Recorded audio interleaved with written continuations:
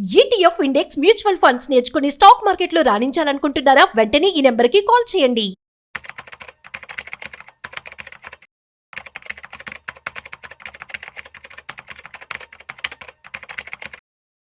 నమస్తే, welcome back to Suman TV. ప్రస్తుతం మనతో పాటు ఉన్నారు stock market analyst Sundar Rama Reddy గారు. నమస్తే సార్. సార్, ఇరాన్ వాళ్ళు హార్మజ్ జలసంధి అనేది ఉంది కదా, ఒకవేళ దాన్ని కనుక బ్లాక్ చేస్తే దానివల్ల వచ్చే పరిణామాలు ఎలా ఉంటాయంటారు? మనం ఎలాంటి ఇంపాక్ట్ మన మీద చూపిస్తుంది అంటారు? మనం చూసుకుంటే ఇది స్ట్రైట్ ఆఫ్ హార్మోజ్ అంటారండి. అదేంటంటే ఇరాన్ అండ్ ఒమెన్ మధ్య ఉన్న చాలా నేరోలో ఉంటుంది అనమాట. అది 21 మైల్సే ఉంటుంది. 21 మైల్స్ స్పేస్లో ఉంచి పోవాలన్నమాట అక్కడ. అండ్ ప్రపంచం మొత్తంలో 20% ఆయిల్ మొత్తం ఒక రూట్లో వస్తుంది. ప్రపంచం మొత్తంలో వినియోగించే ఆయిల్లో 20% ఊహించుకోండి. ఎందుకంటే అక్కడ ఖతార్ కానీ, ఒమెన్ కానీ, సౌదీ అరేబియా కానీ, ఇరాన్, ఇరాక్ ఇవన్నీ అక్కడే ఉన్నాయి. మొత్తం అక్కడి నుంచి రావాలి ఆయిల్స్ మొత్తం అనమాట. అందుకని one of the important place అది. ఓకే, అండ్ అక్కడ దాన్ని బ్లాక్ చేయడం వల్ల ఏమైందంటే 20% ఆయిల్ ఆగిపోద్ది కాబట్టి అది ఈజీగా $150 వెళ్ళిపోద్ది. ఆయిల్ చాలా ఎక్స్పెన్సివ్ అయిపోతుంది. అది దాని ఇంపార్టెంట్ అనమాట. అండ్ ట్రాఫిక్ ఎంత అంటే అండ్ పనామా కాలువ అండ్ సూయజ్ కాలువ రెండింటితో పోల్చుకున్న కంబైన్ దాంతో పోల్చుకుంటే ఇది అంత ఉంటుంది. అంటే ఈ ట్రాఫిక్ ప్రపంచం మొత్తం మీద ఈ 3 జలసంధులు చాలా పాపులర్. సూయజ్ ఒకటి అండ్ పనామా ఒకటి. బట్ ఈ రెండు కంబైన్డ్ ఎంత ఉంటుందో ఈ స్ట్రైట్ ఆఫ్ ది సూయజ్ హార్మజ్ కూడా అంత ఉంటుంది అనమాట. అంత ట్రాఫిక్ నిరంతరం ఉంటుంది ఆ ఏరియా.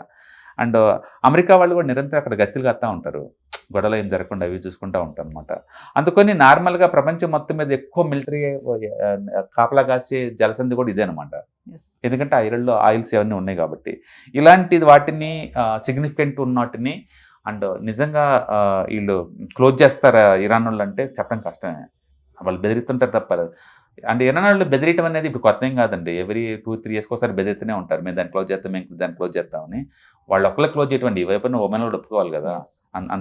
అంత ఈజీ ఏం కాదు. రెండోది, ఇరాన్లో తయారయ్యే ఆయిల్లో 90% ఒక చైనా వాళ్ళు కొంటారు. యాక్చువల్గా ఇరాన్కు ఉన్న వెపన్స్, వాళ్ళకున్న మిలిటరీ మొత్తం ఇండైరెక్ట్గా చైనా వాళ్ళు ఆఫర్ చేసింది అదంతా. అందుకని ఒక చైనాకి 90% సప్లై చేస్తుంది.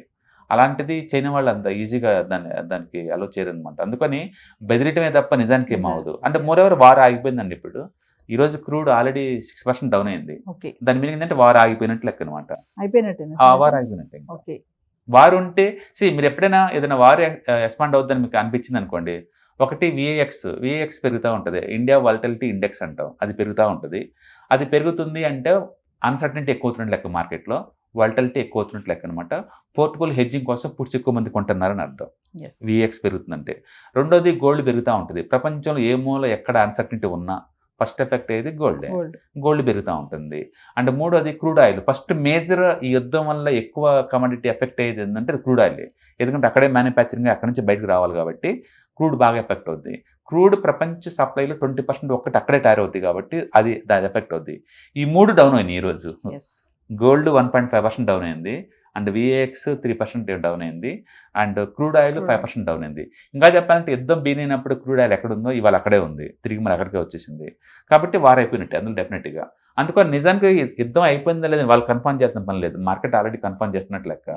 అండ్ ఈరోజు మార్కెట్ ఆల్రెడీ +300 దాకా పెరిగి మళ్ళీ బ్యాక్ వచ్చింది. కాబట్టి క్లియర్గా ఉంది స్టేట్మెంట్లో.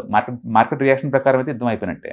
కాబట్టి వీళ్ళు హార్మోజ్ జలసంధిని క్లోజ్ చేస్తారని నిజంగా అంటే ఏమి లేదండి. ఎప్పటి నుంచో బెదిరిస్తూ ఉంటారు తప్ప దంజులు పోయేది లేదు, దాని లేదు. కాకపోతే ఒకటి, దాని ఇంపార్టెన్స్ అయితే ప్రపంచానికి అర్థం కావాలా. అది కేవలం 21 మైల్స్లో ట్రావెల్ చేసి ఈ ప్లేస్లో 20% ఆయిల్ ముందుకెళ్తుంది. అండ్ పనామాతో పోల్చుకున్నా లేకపోతే సూయజ్తో పోల్చుకున్నా సరే ఇది మోర్ పవర్ఫుల్ అన్నమాట న్యాచురల్గానే. బట్ ఇండియా నిజంగా ఎఫెక్ట్ అవుతుందంటే అసలు ఎఫెక్ట్ అవుతుందండి. ఇండియా వాళ్ళు 40 కంట్రీల దగ్గర నుంచి కొంటున్నారు. పర్టికులర్గా రష్యా నుంచి మనకు చాలా ఎక్కువ వస్తుంది ఆయిల్. రష్యా ఈ రూట్ వాడరు. వాళ్ళు వాడేది పనామా నుంచి, అమెరికా నుంచి వచ్చి పనామా వస్తుంది, సూయజ్ నుంచి రష్యా వస్తుంది అనమాట. కాబట్టి ఈ రూట్ వాడరు రష్యా వాళ్ళు. కాబట్టి రష్యా నుంచి వచ్చేది మనకి ఎఫెక్ట్ అవ్వదు, అమెరికా నుంచి వచ్చేది మనకి ఎఫెక్ట్ అవ్వదు, వేరే కంట్రీ నుంచి ఎక్కడ అవ్వదు, ఓన్లీ గల్ఫ్ నుంచి వచ్చేది మనకి ఎఫెక్ట్ అవుతుంది. మన వాళ్ళు ఇప్పుడు 40 కంట్రీస్ నుంచి కొంటున్నారు. అందుకని ఇలాంటి వాళ్ళు జరిగినా సరే ఇండియా ఇంత ముందు ఎఫెక్ట్ అవ్వదు, ఫుల్ డైవర్సిఫైడ్.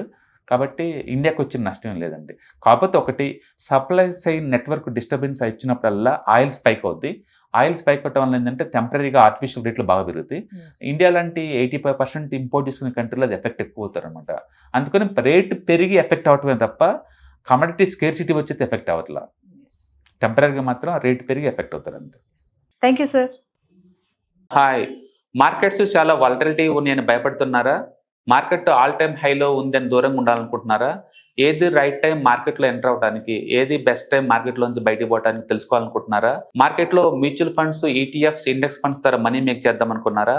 ఇలాంటి మీ డౌట్స్ కి క్లారిఫికేషన్ కోసం ఈ webinar. ETFs, index funds and mutual funds కోర్సులో జాయిన్ అవ్వండి, మీ డౌట్స్ క్లారిఫికేషన్ చేసుకోండి.